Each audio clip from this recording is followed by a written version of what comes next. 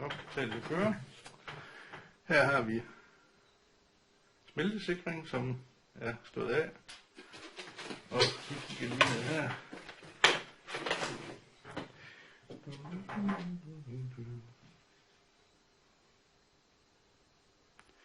Ja, kan vi få lidt i fokus her. Så man der kan se noget.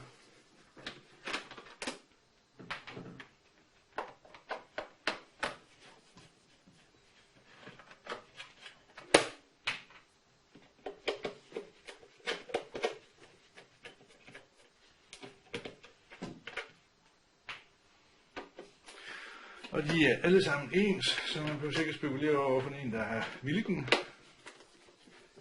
Sammenligner det hele.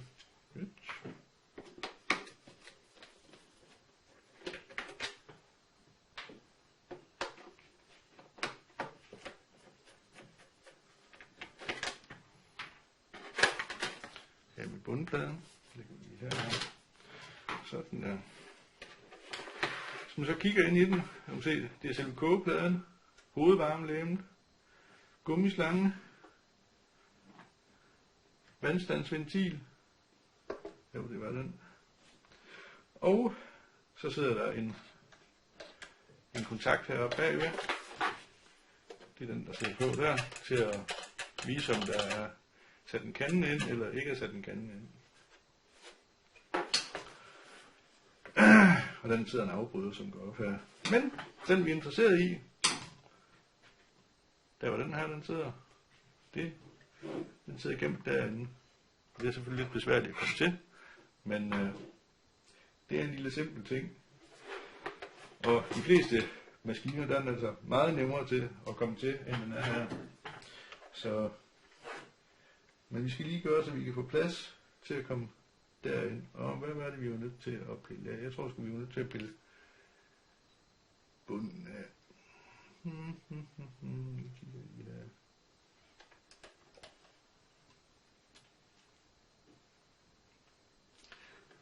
vi starter med. Ja, vi tager den der.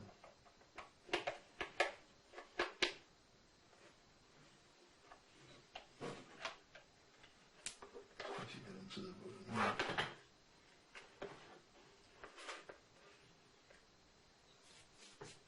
Det er den her, vi skal have.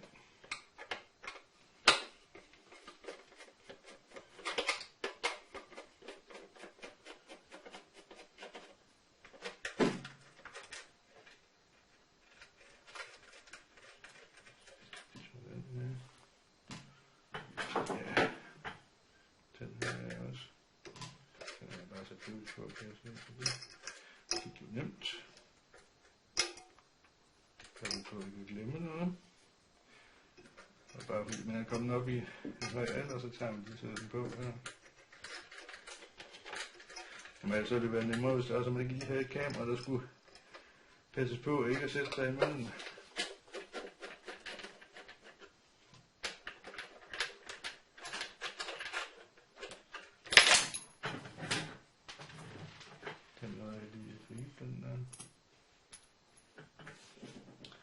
Sådan, og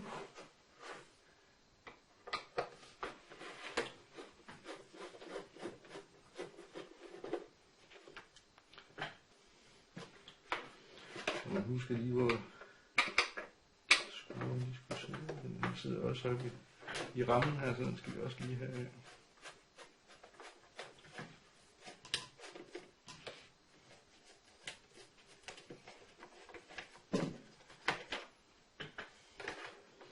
Og så har vi den der.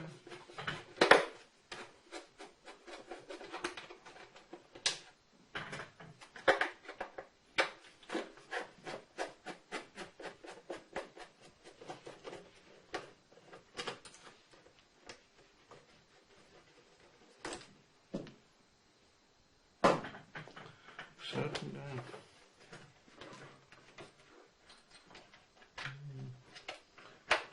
Så den her også.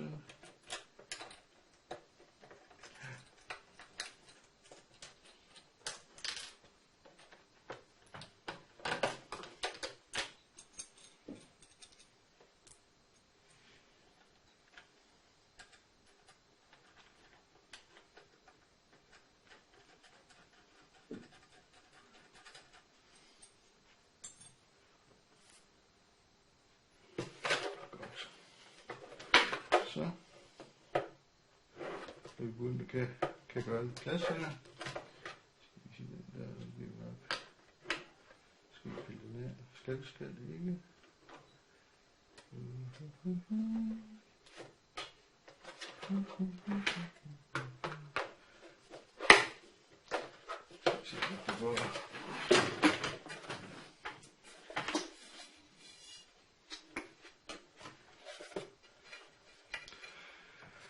Nu kan man tydeligt se, hvor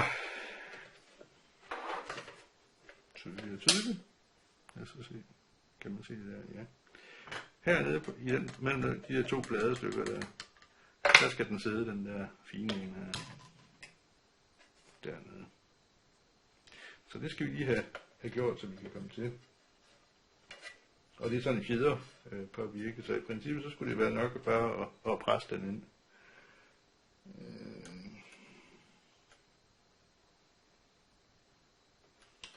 Og den sidder på den ledning her. Jeg har jo snydt lidt og kigget i forvejen.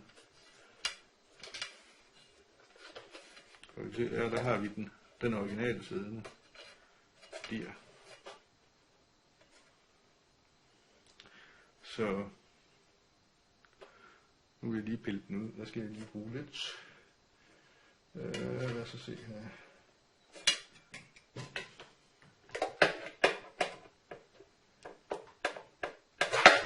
Sådan der.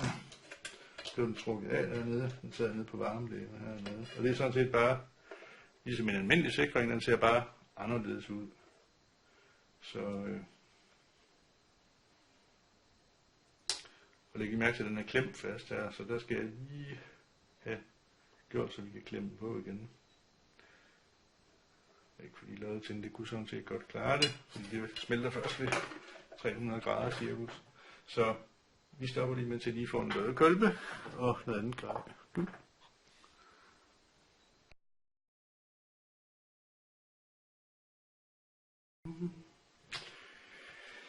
Ja, så fik jeg lige hentet skævebideren. Lad os se, om det kan lykkes den her gang. Jeg må holde ved den med fingrene.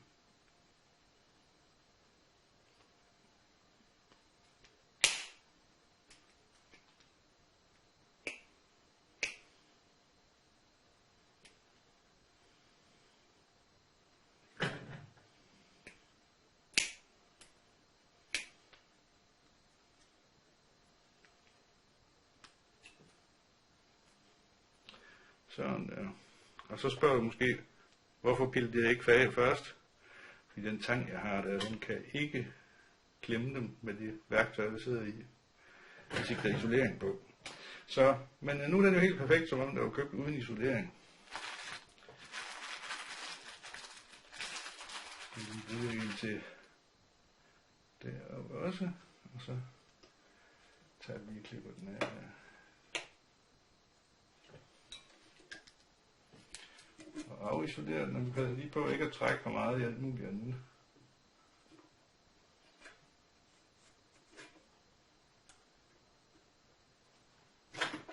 Sådan der.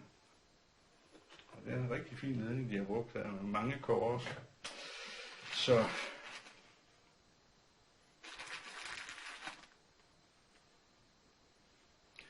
jeg tror lige, jeg vil fjerne noget af det, der sidder på den her.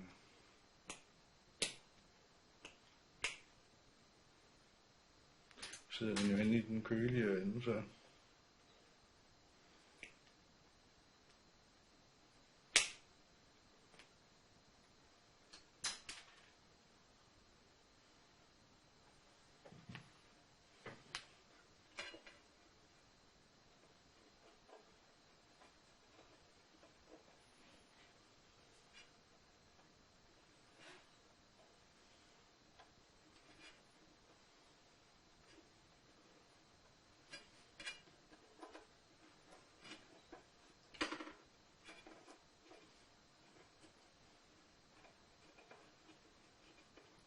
det bliver bare nemmere, at man skal sidde her.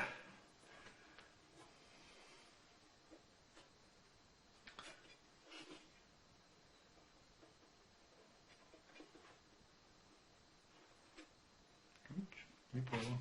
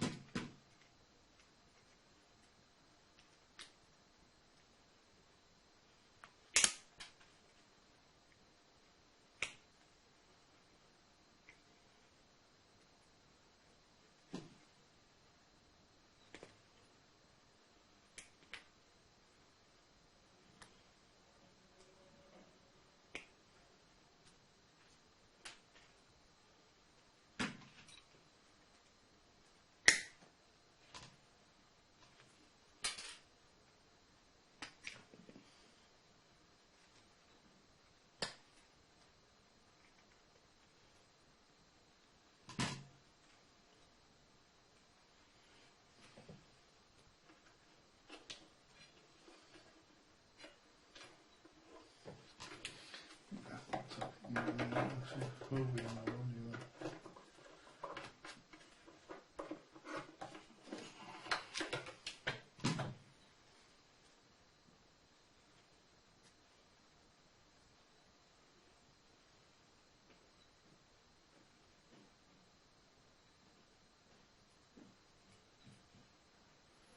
Sådan der. Den er lige fra den anden.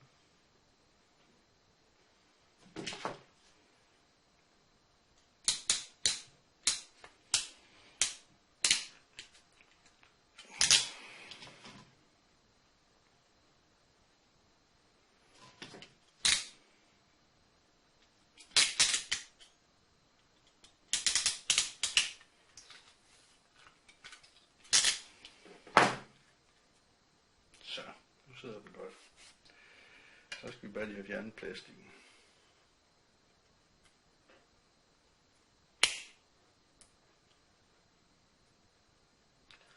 Og passe på ikke at klippe i selve muffen.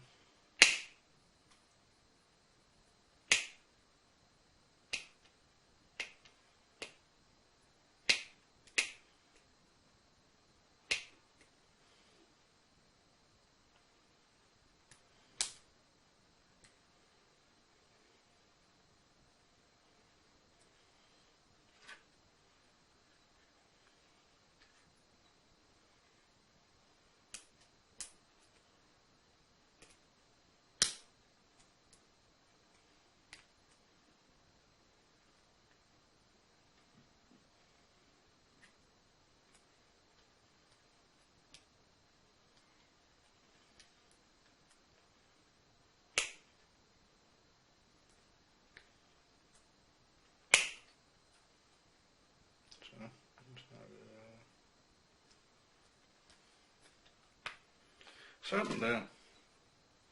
Sådan. Og den sidder godt. Ordentlig forbindelse her. Lidt.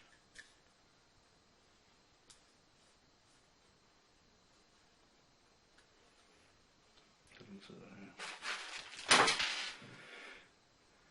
Så kan man sige, for inden man monterer den, så kan man selvfølgelig lige tjekke, om den virker. Så man slipper på at lave arbejde en ekstra gang. Men nu har jeg lige taget multimeter med, så vi satser hele butikken og siger, den virker sikkert. Den er jo helt ny, så det gør den. Kan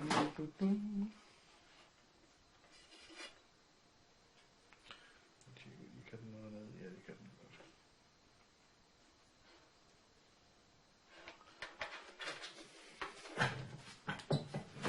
Nu skal jeg ikke komme til her. Jeg vil så sige, at den her kaffemaskine her, den er altså sådan cirka 10 gange værre at reparere på end andre, fordi den er meget svær at komme til i.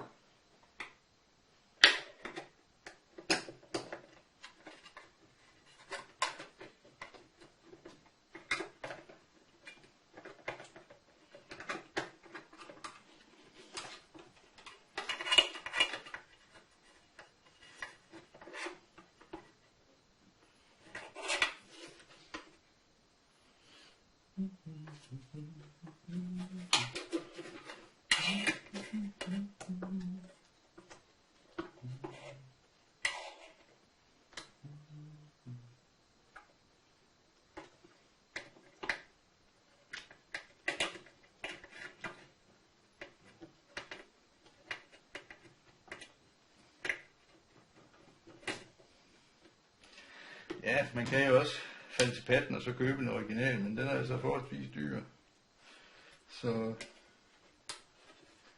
som en gammel nærrøv, så reparerer man jo selvfølgelig den her sted på.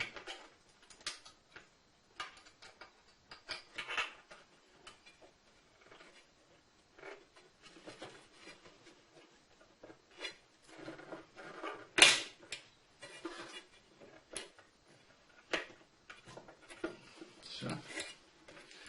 og se, nu er den stoppet ind på plads. Der. Så skal vi lige sætte den ned på plads.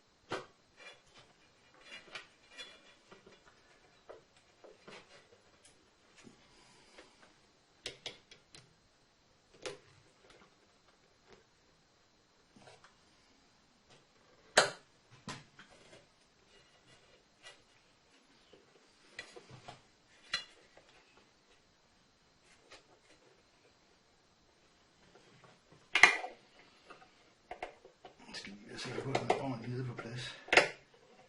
Sådan. Det er jo lidt nemmere, når jeg kan få lov at få lys i stedet for kameraet. Sådan der. Og så har vi lige den anden ende af den. Den skal lige puttes over på. Den sad her. Der. På switchen. Så der monterer vi den igen.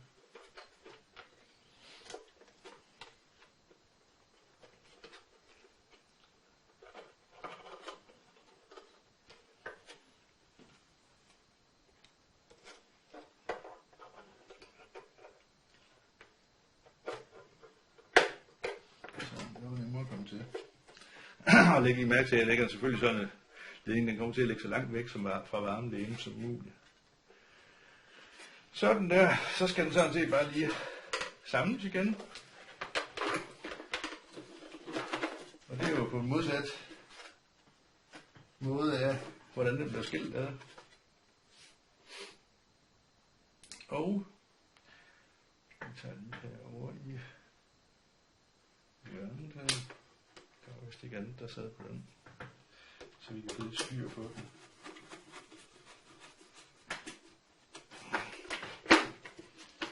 Sådan der, og ja, det havde været nemmere at se min arm, den sad der, men det er jo altid svært at lave noget uden at bruge arme eller ben eller noget.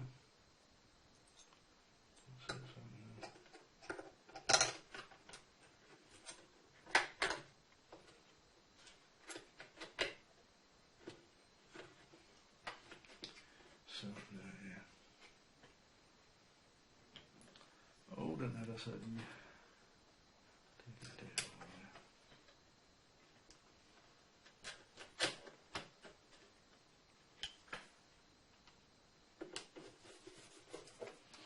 Og det her, det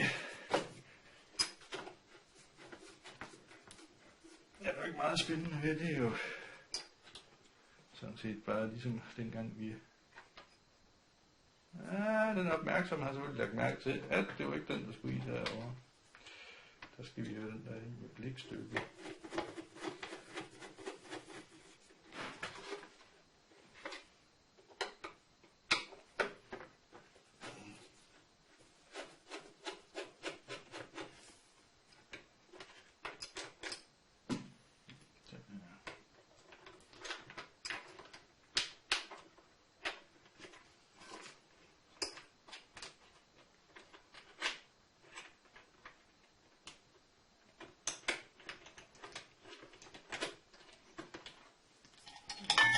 Til at sætte hele butikken på højkant, ja, så tænder lyset her også. Det var da godt nok en velsignelse. Så. Sådan der, og den der skulle montere sådan en stilleledning her. I det tilfælde, at man bruger en kontakt med stel i, eller med jord i, og selvfølgelig gør jeg det. Ja. Jeg har sådan set oplevet sådan cirka 0%, som har haft det ude af deres køkken og brugt til deres kaffemaskine. Men så er den der monteret ligesom den skal. Og jeg synes, jeg der er en mere, eller der er en mere, og så den her.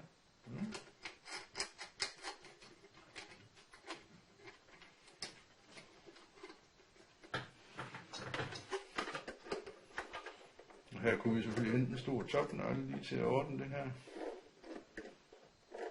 Det vil jeg selvfølgelig nok gøre i normale situationer. Men det her, det er jo ikke en del af mit arbejde. Så kan man bedre tillade sig den slags små snydetricks der. Så har vi lige en ekstra her. Der må være lidt en mere. Den ligger der.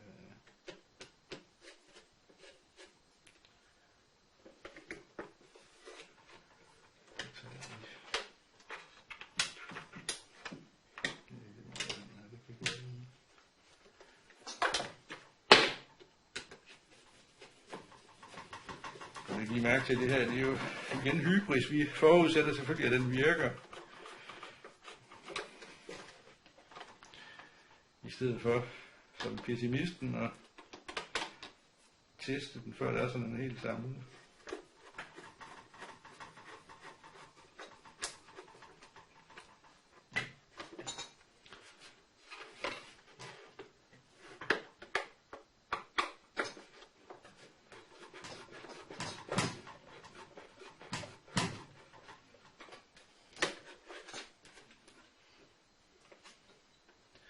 Og hvor meget har vi glemt? Ikke noget, Nixon. Så den tjekker lige, den her sidder ordentligt. Så gør den, ja. Godt. Så skal vi sådan set bare på bunden på.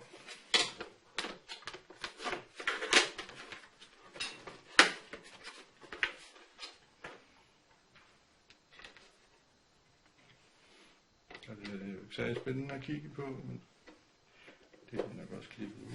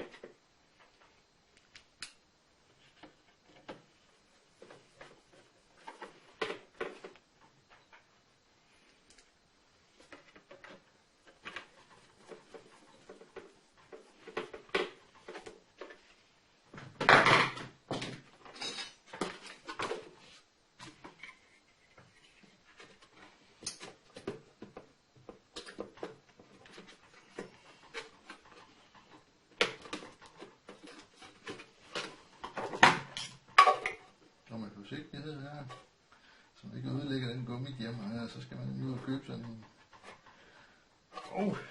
Nu har jeg så været en god idé. Måske give den en lille smule fedtstof. Selvfølgelig noget, man kan tåle for i halsrøret. Sådan der.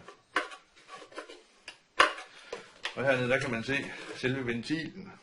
Den jeg omtalte til at starte på. Sådan, så kan man også godt se den. Ja. Der sidder sådan en svømmer hernede, og den fortæller, om der er vand i maskinen. Og det her dæksel her, det sidder så over og dækker det normalt. Så ja, vi er sådan set klar til at teste maskinen.